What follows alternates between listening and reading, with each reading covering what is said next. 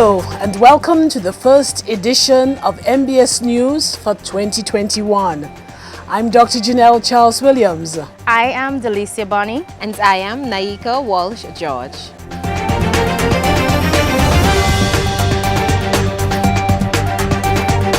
Today we are reporting from the beautiful English Harbour, home to the historical site Nelson's Dockyard.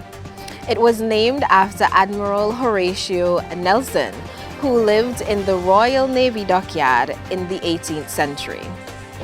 English Harbour is located in the St. Paul's Parish on the island of Antigua. Nelson's Dockyard is a UNESCO World Heritage Site, and the marina is also home to some of Antigua's sailing and yachting events, such as Antigua Sailing Week. Thank you, Nika, for that piece of history on English Harbour. Also in English Harbour is our satellite office. There you can submit a claim, collect your MBS smart card, or your claims check. My name is Vernell West. I live just in Cops Cross. I normally go to town, St. John's, and stand up in a long line to get to pay my bills. So I had to go from one branch to the other. It will take up my whole day. But now this takes just like 10 minutes. So I came in, 2 persons was inside, I had to wait my turn. Less than 5 minutes, I went inside. Less than 10 minutes, I already paid both bills. With the pandemic, here make it much easier because you'll have to go in St. John's walking around with this mask all day. Then you go into the line, you stay in their business place with the mask. A lot of people is around, then sometimes you can't do 6 feet apart. But down here, you can even do 12 feet apart. And it's so convenient. The government of Antigua and Barbuda rolled out their COVID-19 vaccination program in mid-February.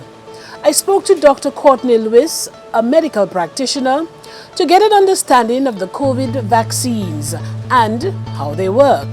My viewpoint on a vaccine period is that it's something that's sorely needed. We need one. There are hundreds of vaccines that are so far in clinical trials.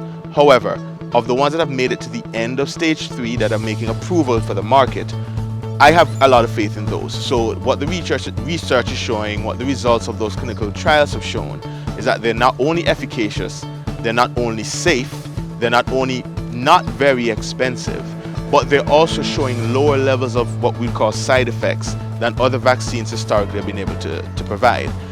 When we talk about vaccine side effects, they're really not the effects of the vaccine, they're the effects of your body's immune system recognizing that we put something inside of it.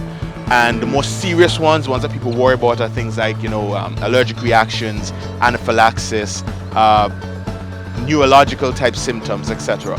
None of the vaccines that have made it to the market thus far are showing those type of serious side effects. They're just showing the usual ones, the slight increase in your body temperature, slight muscle aches, maybe some pain to the injection site where you would have gotten it. And those effects normally, just resolve themselves in a few days. It's very important that people understand that a vaccine isn't a medication. It's not a treatment. It's a prophylactic. It's a measure of prevention of you getting seriously ill.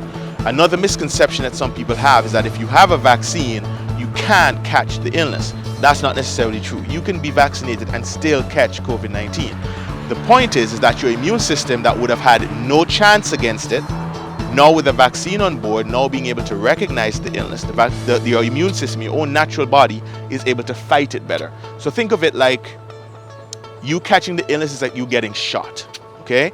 I can either take that bullet straight to my chest or I can wear a bulletproof vest. So in both instances, I'm going to feel pain. It's going to hurt. But in one instance, I can feel the pain and survive. And in the other one, survival is less likely, okay? So, you have to make the choice which one you'd rather do. Would you rather just take the shot or, put on a vest? So I will say that regardless of whether you're for or against the vaccine, none of these decisions should be made without thorough thought. You should think this out, look at the research for yourself. If you look at the vaccine and all of the science and you're dissatisfied with it, it is within your right not to take it. I will say, however, that if you choose not to take this vaccine, you're also making a choice not just to put something or not to put something in your body, but to not protect the people around you, either your family, your friends, your neighbors, your community, and that's a decision that you have to live with. If that's something that you're okay with, then sure, that's fine. That's your decision to make. So if you have pre-existing conditions, you're the one who most likely needs to get the vaccine, okay? Because you're more likely to get seriously ill should you catch COVID-19. So if you have these pre-existing illnesses, diabetes, asthma, COPD, hypertension, the coronavirus could wreak havoc in your body, sometimes lethal havoc. So you more than anyone else needs to get this vaccine on board so that you can have some form of increased protection. Please bear in mind that even though we are trying by the end of March to get the vaccine to the general population, it's not going to be 100% of the population all at once. So even though the vaccine is starting to circulate, we still are going to be doing the social distancing, the hand washing, the different health protocols, the wearing of the masks, etc. Because even if you are vaccinated and you're not getting critically ill, you may not even get any symptoms once you're vaccinated, the possibility still exists that you may viral shed, meaning the virus may still multiply inside of you and leave your body even though it doesn't make you sick. So by you wearing a mask, you stop that from happening. You stop other people who aren't protected like you are from getting sick for a while.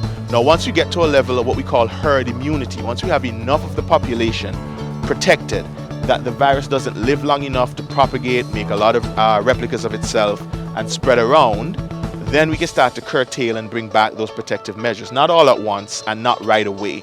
It'll be a programmed, scheduled easing of the protocols over time. So in terms of wearing masks, I think probably masks will be the last thing to go. And you can pretty much guarantee that you're wearing masks for the next 18 to 24 months. Thank you, Dr. Lewis, for speaking with us.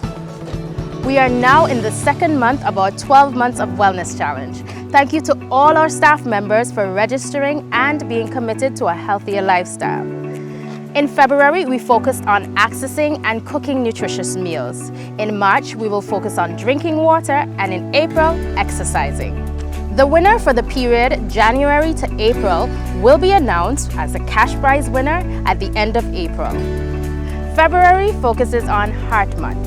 Here are 5 heart-healthy tips to remember. Tip number 1, know your numbers. Keep track of your blood sugar, blood pressure, cholesterol, and triglycerides.